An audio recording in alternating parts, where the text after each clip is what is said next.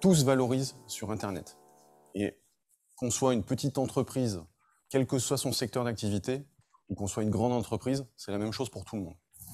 Donc, si vous avez des questions, n'hésitez pas à prendre la parole, à me poser les questions, ou à les poser dans le fil, dans le chat, et j'y répondrai avec plaisir.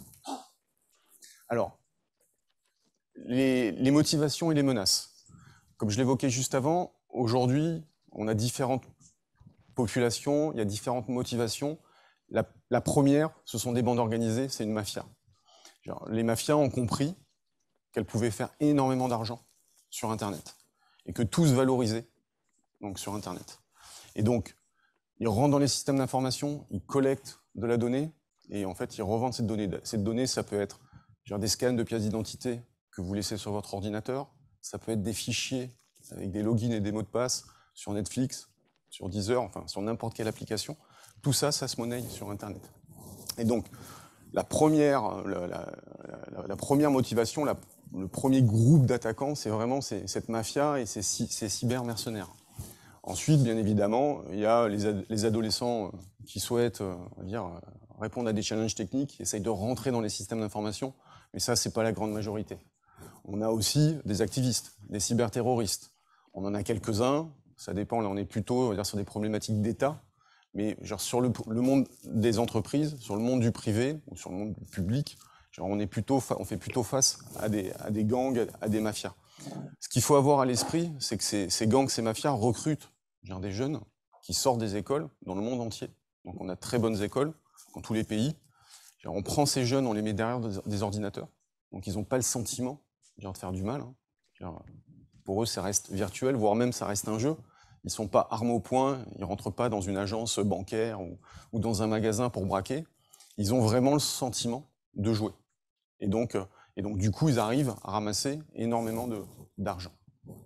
Il y a aussi, bien évidemment, les salariés qui peuvent être mécontents et qui peuvent faire du chantage et essayer de rendre inopérant tout ou partie du système d'information. Mais encore une fois, ce n'est pas la principale motivation et ce n'est pas la principale menace.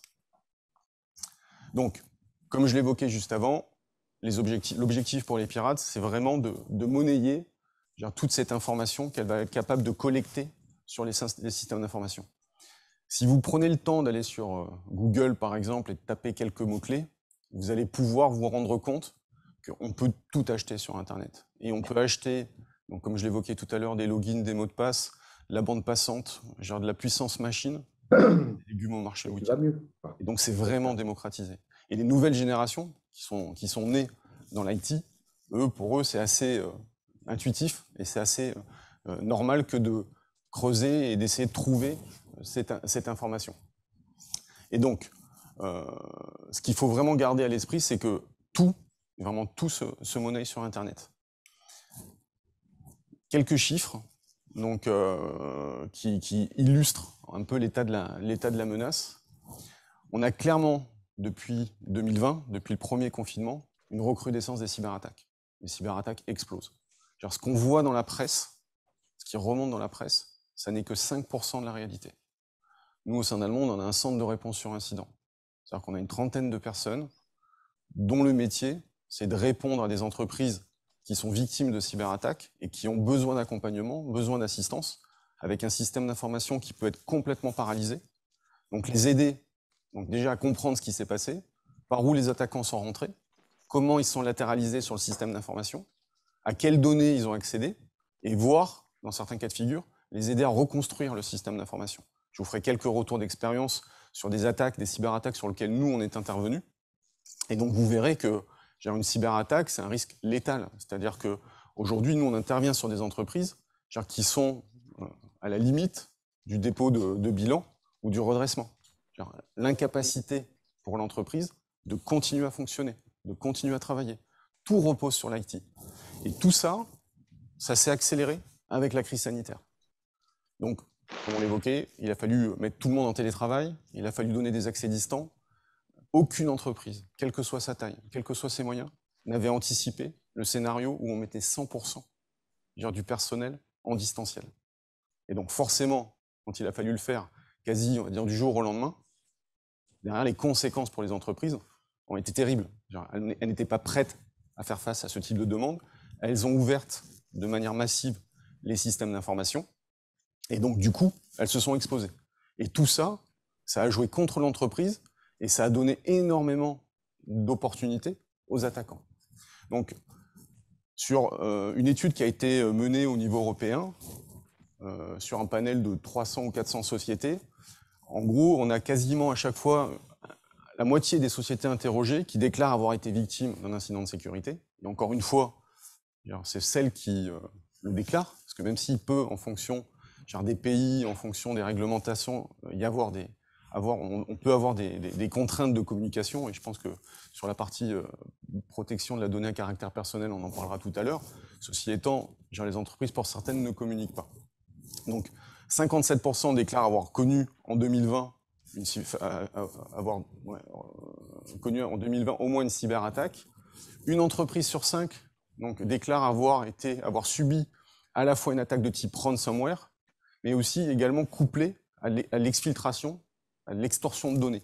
C'est-à-dire que initialement, les attaquants, ils rentraient sur le système d'information, ils déployaient des ransomware, et quand ils étaient prêts, en gros, ils paralysaient le système d'information, et ils demandaient à l'entreprise de payer une rançon en contrepartie de la clé de déchiffrement pour remonter le système d'information. Maintenant, ils vont un cran plus loin, ils rentrent sur le système d'information, ils volent la donnée, donc ils exfiltrent cette donnée. Derrière, ils déploient ces fameux ransomware, et une fois qu'ils ont exfiltré la donnée, ils paralysent le système d'information. Donc, comme je l'évoquais, ce qui remonte dans la presse, c'est pas plus que 10% de la réalité. C'est vraiment la face visible de l'iceberg. Je vous ai mis un chiffre en dessous, c'est que 80% de la cybercriminalité, donc comme je l'évoquais tout à l'heure, il y a des bandes organisées, il y a des mafias, et le crime, enfin la cybercriminalité, ou le montant généré par la cybercriminalité, dépasse depuis 10 ans, et donc ça date pas d'hier, le montant généré par les trafics de marijuana, de cocaïne. Donc on voit que c'est un vrai sujet. Et c'est encore plus un vrai sujet qu'on évolue, on vit dans un monde digital. Et donc c'est pas prêt de s'améliorer. Et moi je suis quasi convaincu que d'ici quelques années, la prochaine crise, elle sera cyber. Parce que si des activistes, si des cyberterroristes, si des bandes organisées arrivent à paralyser des organisations d'importance vitale, donc comme tout ce qui touche à l'énergie, on l'a vu ce qui s'est passé aux US avec les pipelines. Donc, en gros, on a vu tous les Américains se pointer dans les stations-service, essayer de remplir les jerrycans, parce qu'on n'était plus, enfin, aux États-Unis, ils étaient dans l'incapacité d'approvisionner les stations-service en pétrole, en gaz. Donc, on se rend compte qu'une cyberattaque peut déstabiliser un système d'information et peut déstabiliser une économie. Là, je vous montre, en fait, c'est un site, on pourra partager l'URL de ce site, c'est un site qui référence l'ensemble des fuites d'informations, donc sur les différentes applications. Aujourd'hui, le premier problème, il se situe entre l'écran et la chaise. Donc on peut mettre des portes blindées. Si l'utilisateur il a le mauvais comportement et qu'il laisse les fenêtres ouvertes, les attaquants rentrent dans le système d'information. Et nous, quand on opère et quand on réalise des tests d'intrusion chez nos clients, et j'évoquais tout à l'heure que quasi dans 100% des cas, on arrive à rentrer, la première chose que l'on fait, c'est qu'on récupère, nous, sur ce qu'on appelle le dark web, tout un ensemble de bases de données qui ont fuité, par exemple LinkedIn, Twitter, Facebook, EasyJet. Donc toutes ces bases ont fuité. Alors, dans les fuites d'informations, on retrouve les logins, on retrouve les mots de passe, plus d'autres informations à caractère personnel. En règle générale, l'utilisateur, il utilise le même mot de passe, voire le même login, qu'il soit dans le monde professionnel ou qu'il soit dans le monde personnel. Voire même, on est capable de faire des recoupements et dire telle personne sur Facebook avec tel pseudo, c'est tel utilisateur dans telle entreprise. Et cet utilisateur, en gros, il s'est créé des comptes sur LinkedIn, sur Twitter, sur Facebook. Ces bases, elles ont fuité. On récupère les mots de passe, on va sur le système d'information, sur les accès distants, avec une recrudescence des accès distants, sur la messagerie, Office 365, Gmail, en gros toutes ces messageries, et on rentre dans le système d'information. Et on rentre avec les clés. Et à partir du moment où on rentre dans le système d'information, c'est terminé. Il n'y a aucune entreprise qui résiste. Je vous donne un exemple. On a travaillé pour une très grande banque. Enfin, on travaille pour une très grande banque. Tous les ans, ils nous demandent de faire des tests d'intrusion qu'ils appellent Red Team. C'est-à-dire que, en gros, ils nous donnent un objectif. L'objectif, en l'occurrence, c'est passer un transfert de fonds sur le réseau SWIFT de la banque. Ils nous donnent une durée. Ils nous mettent dans une salle de réunion. Et on a, en gros, tous les moyens sont permis sur cette durée. Et si on est détecté, on s'arrête. Et à ce moment-là, ils regardent le niveau de technicité mis en œuvre jusqu'au moment où on a été détecté et la progression par rapport à l'objectif. On fait ça depuis 10 ans à peu près. La première année où on a fait ça, on a mis moins de 2 heures pour passer les transferts de fonds sur le réseau SWIFT de la banque. Aujourd'hui, on a moins de 5 jours. Et pourtant, c'est une grande banque, il y a énormément de moyens, sauf que c'est tellement vaste, même si on remonte des alertes, c'est compliqué pour les opérationnels de détecter et de dire c'est pas un faux positif. Et donc, c'est très très compliqué pour eux. Donc, ils essayent d'isoler, ils essayent de mettre en place des mesures de sécurité pour éviter que ça se produise. Mais le constat, c'est que malgré les moyens, on est passé de 2 heures à 5 jours. Et tous les ans, on le refait. Et tous les ans, c'est un peu plus compliqué, ça nécessite un peu plus de technicité, mais on y arrive. Et donc, ici, on voit sur ce site l'ensemble des fuites d'informations, avec l'ensemble des données, et ça permet d'imaginer les moyens qui sont mis à disposition des attaquants pour essayer de rentrer dans les systèmes d'information. Donc on vous partagera l'URL sur ce site pour que vous puissiez regarder, parce que quand on clique sur la bulle, on a le détail et on va sur l'article en fait, qui explique le scénario d'attaque. Et c'est un site mis à jour par quelqu'un de manière gratuite et qui recense l'ensemble des cyberattaques. Et vous verrez que c'est le cas depuis 10 ans. Alors, quels sont les principaux vecteurs d'attaque? J'évoquais le premier problème, il est entre l'écran et la chaise. C'est le phishing, c'est les mails, les faux mails. Donc, que font les attaquants? Les attaquants, par les moyens que j'évoquais juste avant, rentrent dans les systèmes d'information, donc rentrent sur la messagerie de l'entreprise, récupèrent des fils de conversation, donc, et en général, ils ciblent les bonnes personnes, parce que tout le monde étale sa vie sur Internet. Donc nous, quand on va voir quelqu'un, on sait ce qu'il aime pas, ce qu'il a fait la veille, où il a passé ses vacances, comment s'appelle le nom de son chien. En fait, on connaît toute la vie des utilisateurs. Et donc, on sait que tel utilisateur, il est comptable, il est trésorier dans telle entreprise. Donc, on va regarder si on récupère son login et son mot de passe. On va rentrer sur son fil, sur sa messagerie. On va récupérer les fils de conversation. On va dire, tiens, il doit payer un fournisseur à telle date. Il y a tous ces échanges. On récupère les fils de conversation. On crée un nom de domaine proche de celui du fournisseur. On fait un switch, on change une lettre dans le nom de domaine. On envoie le mail en disant changement de RIB, le paiement qui doit s'opérer dans 48 heures, merci de le faire sur tel RIB, avec tout le fil de conversation qui est le vrai fil de conversation. Et en fait, au niveau du service comptabilité, service paiement fournisseur, il change le RIB. Parce que, ah bah tiens, c'est la personne avec laquelle je discute, voire même il y a une certaine complicité, on se tutoie, etc. Et du coup, il change le RIB. Donc, on fait le virement du montant sur le RIB, sur un faux RIB. En face, en termes de recouvrement, ils sont pas tip-top. Ils s'en rendent compte 2 ou 3 mois plus tard. Et 2 ou 3 mois plus tard, ils rappellent la boîte en disant « t'as pas payé ma facture ». La boîte a dit « bah si, que j'ai payé ta facture ». Et là, ils se rendent compte de l'escroquerie. Sauf que l'argent a disparu. Et on parle de plusieurs centaines de milliers d'euros des fois, voire des millions d'euros. Un pâté cinéma s'est fait détourner 19 millions comme ça. Donc, et pourtant, c'est une entreprise qui a une certaine taille avec une organisation, des moyens. Donc ça peut toucher vraiment n'importe qui. Donc on a donc les fameuses arnaques au président, tout ce qui est exploitation de failles, donc le fait que les systèmes d'information s'ouvrent vers l'extérieur, qu'on ait des accès distants, quasiment tous les constructeurs les plus prestigieux ont été victimes d'attaques et en gros ont vu leurs équipements attaqués et avec des attaques qui ont réussi. Donc, la principale vraiment motivation, c'est l'appât financier, c'est l'appât du gain financier. Ils cherchent à faire de l'argent, et uniquement de l'argent, et on paye en bitcoin. Donc c'est compliqué à tracer, c'est compliqué à remonter.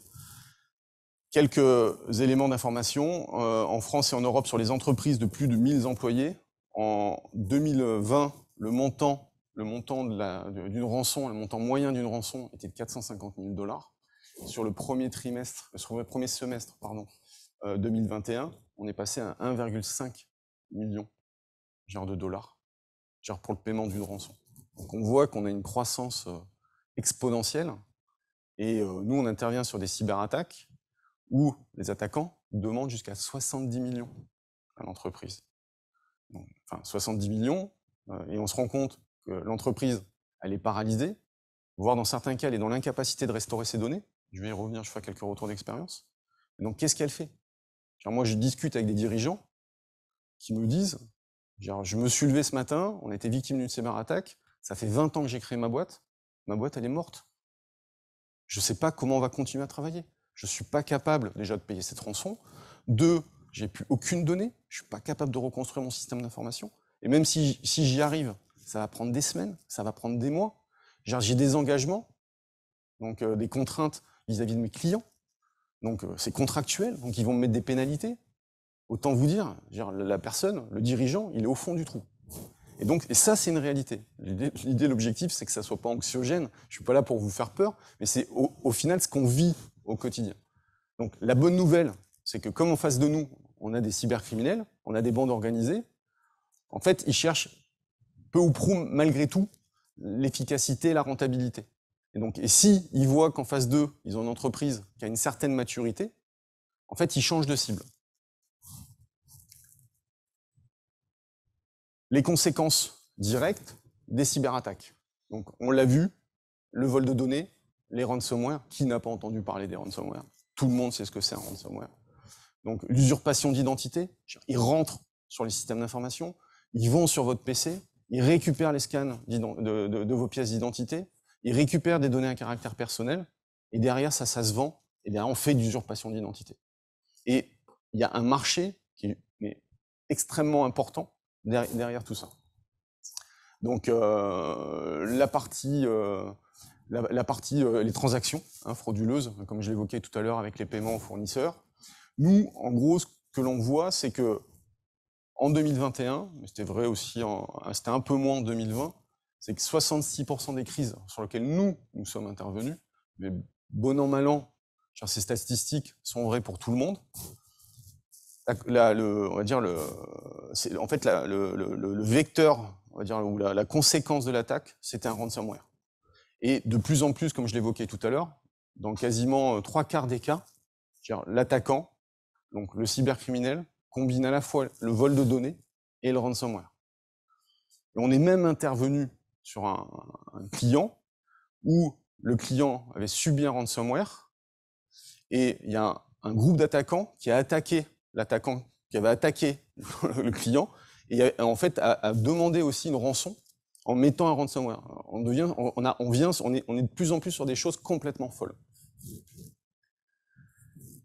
Là, c'est quelques retours d'expérience sur notre centre de réponse sur incident. Donc, dans 100% des crises sur lesquelles on intervient, l'entreprise voit son annuaire d'entreprise, le fameux Active Directory Microsoft, compromis. Ça, c'est la clé de voûte de la sécurité du système d'information. Si l'attaquant arrive à prendre le contrôle de cet annuaire, autant vous dire, c'est terminé. Pourquoi? Parce qu'on a des comptes d'ordinateurs, des comptes utilisateurs, des comptes d'applications, avec des comptes à privilèges. Et donc, pour l'attaquant, le fait de mettre la main sur ce système, ça lui ouvre tout le système d'information. Ça, c'est dans 100% des cas. Donc, c'est-à-dire qu'il y a vraiment des choses à faire sur cette partie-là. Dans 8 cas sur 10, la sauvegarde, elle est compromise. C'est-à-dire que l'attaquant, il est rentré dans le système d'information. Lui, il n'a pas de contrainte de temps, il n'a pas de contrainte de budget. Donc, une fois qu'il a pris le contrôle de l'Active Directory, de l'annuaire de l'entreprise, en gros, l'objectif, c'est d'aller compromettre les sauvegardes. C'est donc mettre dans l'incapacité l'entreprise de restaurer sa donnée, ce qui va lui permettre d'accroître la pression sur l'entreprise dans le cadre du paiement de la rançon. Et donc, comme je l'évoquais tout à l'heure, si l'entreprise n'est pas capable de restaurer, c'est juste la catastrophe. Donc ça, c'est 8 cas sur 10. Et en dessous, on vous a mis quelques exemples qui sont liés, donc, en gros, à l'usurpation d'identité sur Office 365, sur la messagerie, sur Gmail, sur toutes ces messageries qui sont ouvertes vers l'extérieur. Et je vous dirai après, en gros, ce qu'il faut mettre en œuvre, ce qu'il faut faire pour éviter que ça se produise. Donc, l'exploitation de failles. Donc, on a des systèmes qui sont de plus exposés. Donc, il y a des failles qui sortent tous les jours. On voit Microsoft qui fait son patch Tuesday et c'est des centaines de patchs tous les mois, voire des milliers de patchs tous les mois. Donc on voit que ça vit énormément. Et les fameuses exploitations de failles sur tout ce qui est contrôle d'accès distant. Alors, le profil type des victimes, c'est aussi bien des petites entreprises que des entreprises de taille moyenne, que des grandes entreprises. En face, eux, en fait, ils font pas le distinguo. Ils tapent tout azimut.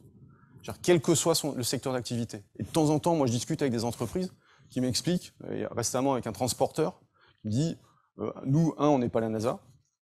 2, on a une très faible empreinte sur Internet. On n'a pas de service, on ne fait pas d'e-commerce, on ne fait pas tout ça. Je dis, vous avez un site vitrine, vous avez une messagerie.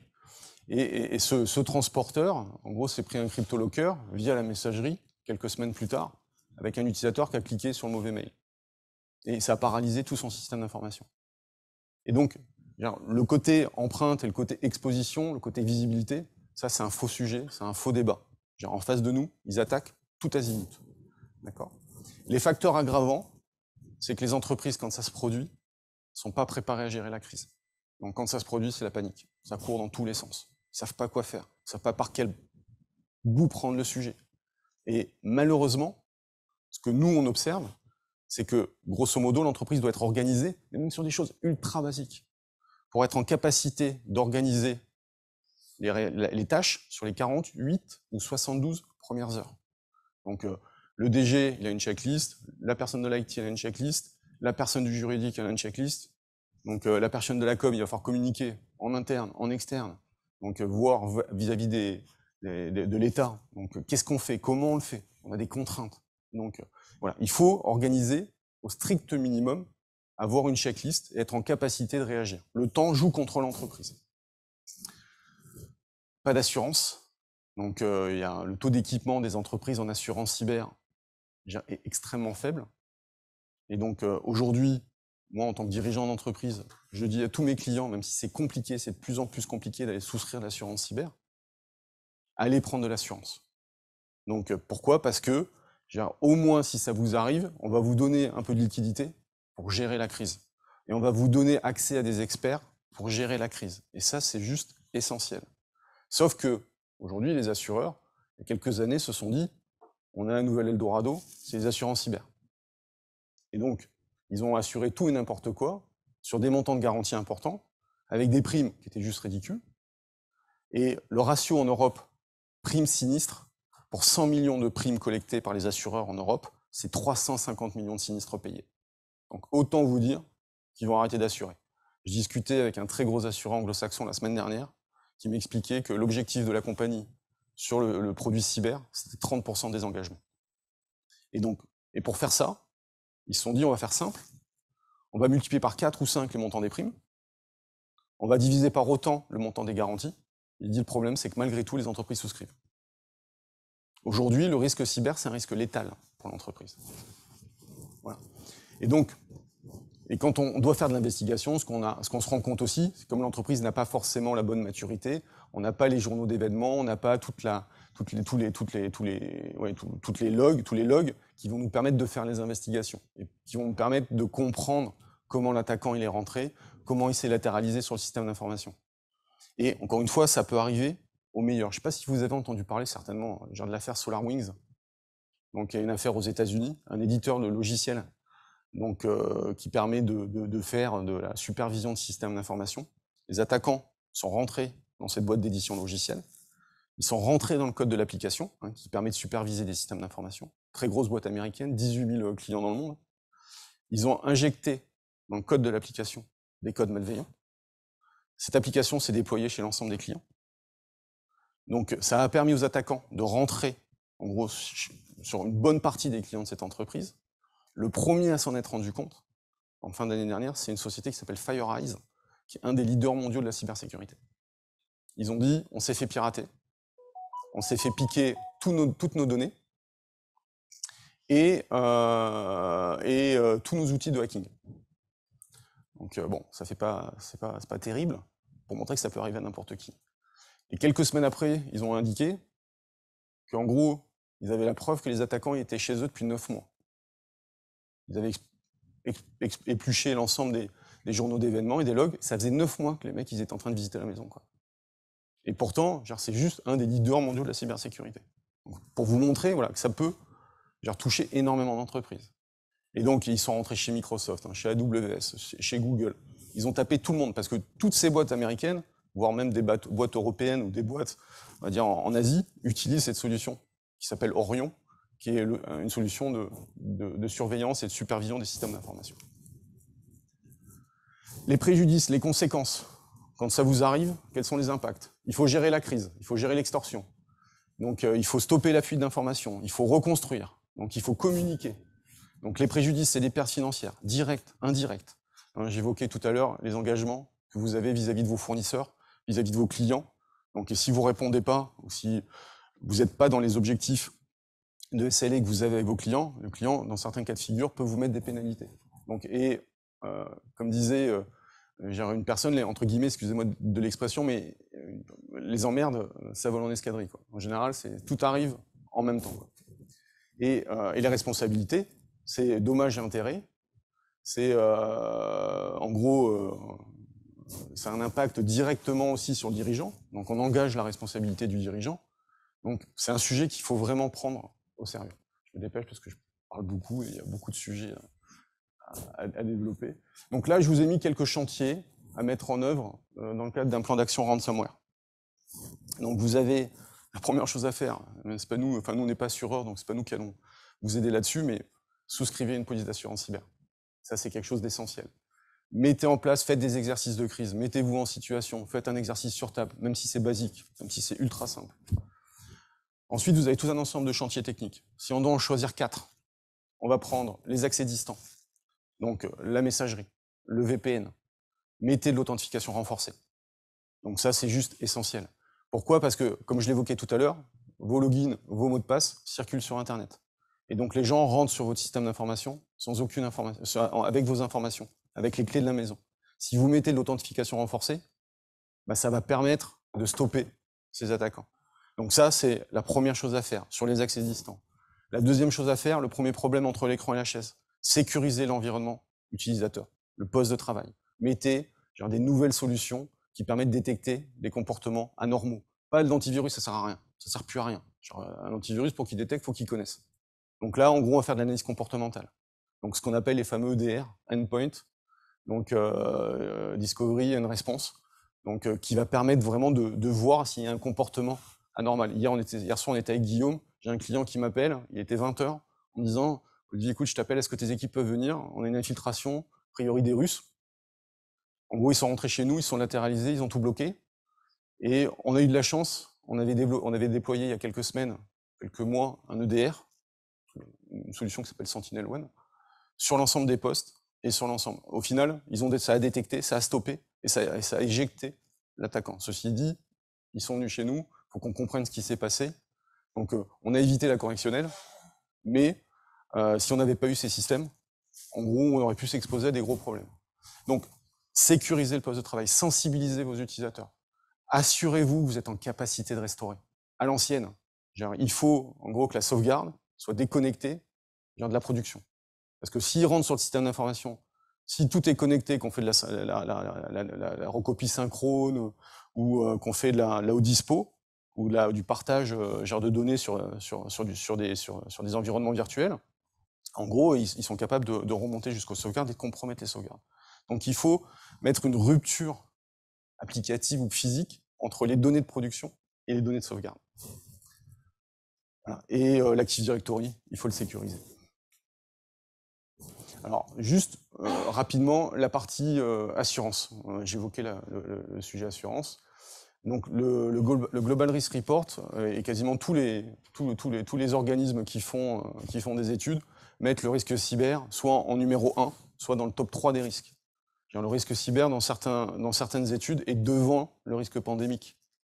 Donc, c'est un vrai risque pour les entreprises, et d'autant plus que le digital est au cœur de tous les business. D'accord. Donc, les cyberattaques, avec la croissance des cyberattaques, comme je l'évoquais tout à l'heure, les assureurs, mais aussi les banquiers. Les banquiers, ils prêtent de l'argent aux entreprises sur des secteurs d'activité en difficulté. Donc, des entreprises qui ont du mal à passer la crise. Et si en plus, par-dessus ça, ils se prennent une cyberattaque, c'est la double peine, quoi. Et potentiellement, pour la banque, c'est l'incapacité de récupérer ses fonds. Et donc, du coup, ils commencent tous à se poser la question, est-ce qu'on peut pas mettre des notes cyber sur les entreprises? Donc, dans les dossiers d'octroi de financement, dans les dossiers de souscription, voire les investisseurs qui mettent de l'argent dans les entreprises, ils se sont rendus compte que pour certaines, la cyberattaque pouvait avoir un impact sur la valorisation de l'entreprise. Et donc, on voit arriver la notation cyber. Et la notation cyber, le Gartner dit que d'ici 2022, donc c'est demain, hein, la notation cyber sera tout aussi importante que les notes de crédit pour mettre en place une relation commerciale avec un tiers. Donc, toutes les organisations vont mettre en place ces fameuses notes. Alors, comment ça fonctionne? Aujourd'hui, une agence de notation sur le risque cyber, elle va collecter de la donnée sur l'entreprise, sur son empreinte Internet, elle va valoriser cette donnée, elle va donner une note de performance. Elle va dire, en gros, cette entreprise, elle a elle a des noms de domaine, elle a des adresses techniques, elle a des URL, des services qui l'exposent. Donc, il y a eu des fuites d'informations. Et tout ça, en fait, on est capable de le récupérer, de le mouliner et de donner une note de performance. Et en fonction de la note de performance, on a des entreprises, on a des assureurs, on a des banques qui cassent la relation commerciale avec leurs clients. Parce que la dépendance au système d'information est trop forte et le risque de cyberattaque ne fait que croître.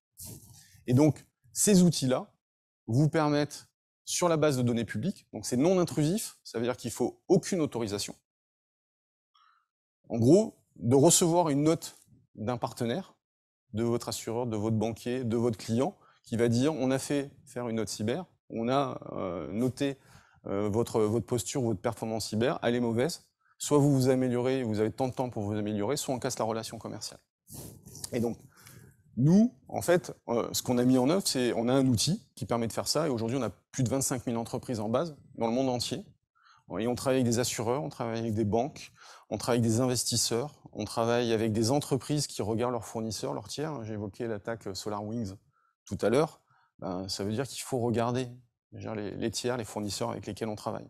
Parce que les attaques par rebond, c'est de plus en plus une réalité. Donc, il y a certaines entreprises qui se donnent les moyens, qui mettent les moyens pour sécuriser. Malgré tout, ils ont plein de fournisseurs, plein de tiers qui interagissent avec leur système d'information.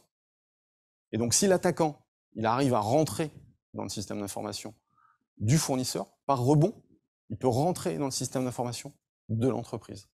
Et donc, on va regarder la posture sur l'extérieur des fournisseurs, des entreprises, en partant du principe que si l'entreprise n'est pas bonne sur l'extérieur, peu de chances qu'elle soit bonne sur l'intérieur. C'est un peu comme une maison. On met des portes blindées, on met des barreaux aux fenêtres, on met des volets. Par contre, dans la maison, on ne ferme pas les portes. On ne ferme pas les armoires. Si quelqu'un arrive à rentrer dans la maison, il fouille toutes les pièces. Voilà. Et donc, du coup, si l'entreprise n'est pas bonne sur les extérieurs, on part du principe qu'elle ne sera pas bonne sur l'intérieur. Je vous ai mis une URL d'un site. Vous pouvez aller sur ce site. En gros, vous rentrez votre nom de domaine. Il faut que ce nom de domaine soit sur votre adresse mail. Vous allez recevoir un rapport et ça va vous permettre de mesurer un premier niveau de performance sur cette base de collecte de données publiques et de montrer un peu quelle est votre posture. Je voulais vous faire une démo, mais problème d'accès Internet, donc et en plus je parle beaucoup et je crois que j'ai pris tout le temps déjà dont je disposais, enfin, presque. Voilà. Donc n'hésitez pas à aller sur ce site, n'hésitez pas à rentrer votre nom de domaine, rentrer votre secteur d'activité, et derrière, en gros, vous allez recevoir un mail et vous allez voir sur une partie de votre périmètre quelle est votre performance et comment vous êtes perçu, vous pourriez être perçu par un tiers qui utiliserait ce type d'outil. À date, aujourd'hui, il n'y a pas de standard. Donc chacun y va. Je prenais juste avant, je mettais les différentes sociétés. Donc nous, c'est le Security Rating. BitSight, Security Scorecard, c'est des Américains. Donc c'est des agences de notation. Chacun y va de son échelle de notation, chacun y va de ses algorithmes. Par contre, ce qui est intéressant, c'est qu'on utilise tous les mêmes contrôles. Donc ça va se standardiser, mais on est capable du coup d'avoir des tables de correspondance entre un qui va noter A, B, C, D, E, F, et l'autre qui va noter sur 1000 et l'autre qui va noter sur 100. Donc on est capable, on va dire, de confronter avec les entreprises les résultats en fonction des outils de notation qui sont utilisés. J'en ai terminé. Si vous avez des questions. J'y réponds avec grand plaisir. Donc, l'idée, l'objectif, c'était pas de vous faire peur, c'est de vous faire juste un retour d'expérience. C'est certes un peu anxiogène. Ceci étant, face à nous, on a des mondes organisés. Si vous travaillez votre posture, si vous montez votre niveau de sécurité, les attaquants, ils vont changer de cible. Parce qu'ils ont un terrain de jeu qui est juste énorme. Est-ce qu'il y a des questions?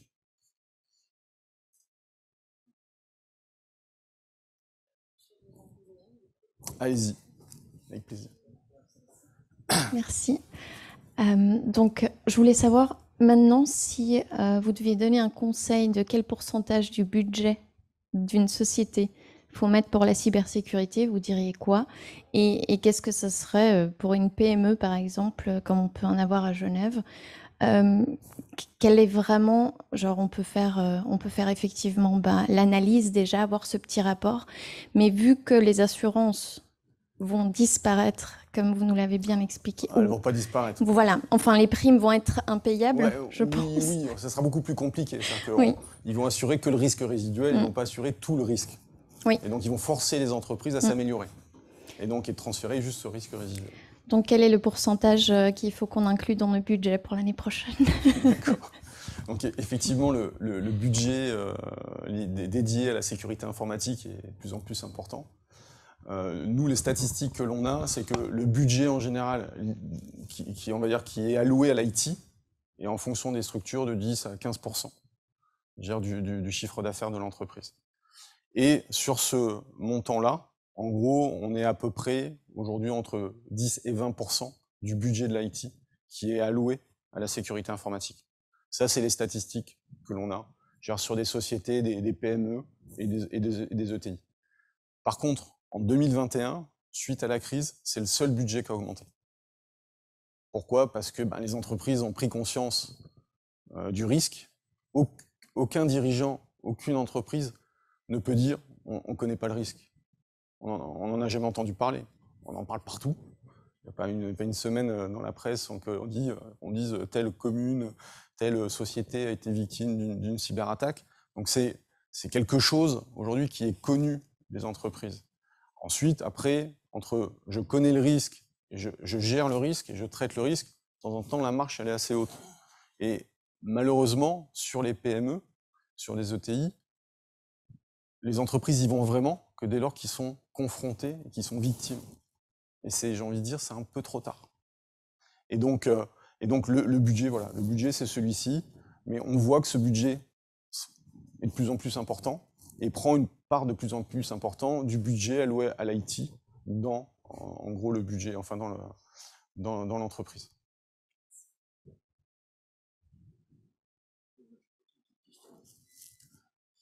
Est-ce que ça a du sens aujourd'hui, vu que toutes nos données sont sur les clouds, que ce soit Amazon, Google, etc., de faire des backups physiques encore à l'ancienne, sur un disque dur externe, sur des disques durs externes et de les mettre dans un coffre, de les couper en fait de l'accès des connexions Internet. Oui, tout à fait. Et être sûr que nos backups ne sont pas non plus déjà contaminés, entre guillemets. Exactement. Alors, en fait, deux réponses à cette question.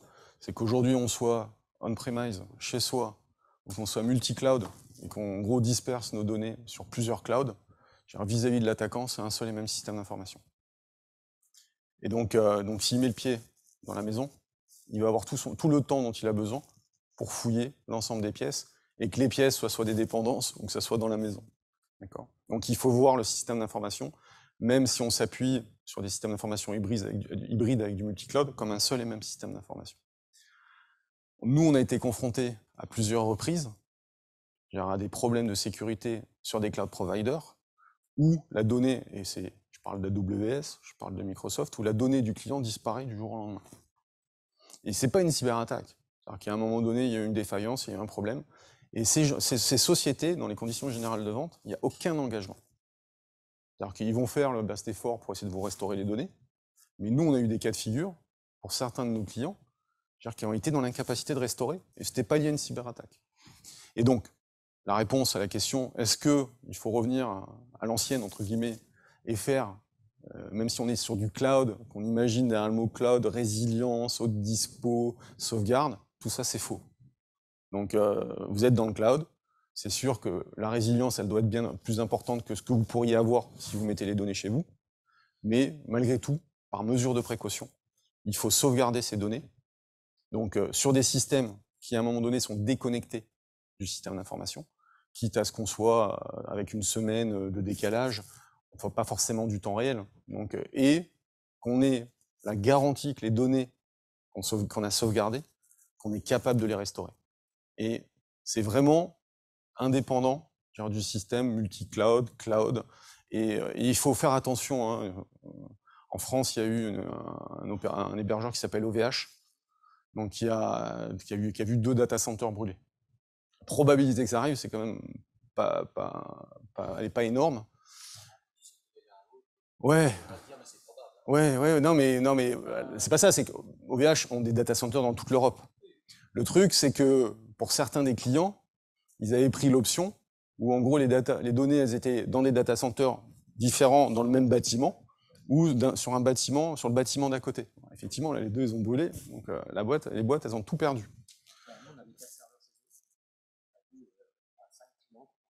Exactement. Et donc, et ça, quand on discute avec les personnes, les gens nous disent cloud égale sauvegarde, égale haute dispo, égale résilience. Bah non, si vous cochez pas, si vous prenez pas les options, c'est pas le cas. Si vous demandez pas une réplication sur 2 data centers espacés de X ou tant de kilomètres, eux, ils vont faire, entre guillemets, au plus simple.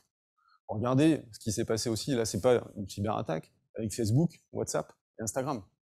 Moi, mes enfants étaient au bord de l'apoplexie. Papa, j'ai plus Instagram, ça marche plus, je peux plus travailler. Écoute la radio. Ouais, mais voilà, donc... le problème qui a touché cette entreprise est juste hallucinante. Comment on peut faire une erreur de configuration et de paramétrage qui impacte en gros tous les services de cet opérateur jusqu'à les services internes de l'opérateur parce qu'ils avaient tout dans le même panier. Donc ils se sont même eux coupés, c'est-à-dire la branche sur laquelle ils étaient assis, ils ont été dans l'incapacité immédiatement, c'est-à-dire de restaurer parce qu'ils pouvaient même pas rentrer dans leurs locaux. Un sketch, quoi. Donc voilà. Donc effectivement, aujourd'hui, moi je dis à l'ensemble de mes clients, on revient au basique. Prenez vos données, vous les mettez sur un disque dur, vous les mettez dans un coffre, mais il faut être en capacité. Alors il existe des environnements ou des systèmes plus évolués qui permettent d'avoir une rupture physique, une rupture applicative, mais on déconnecte la sauvegarde, les environnements de sauvegarde de la production. Et ça, c'est juste essentiel.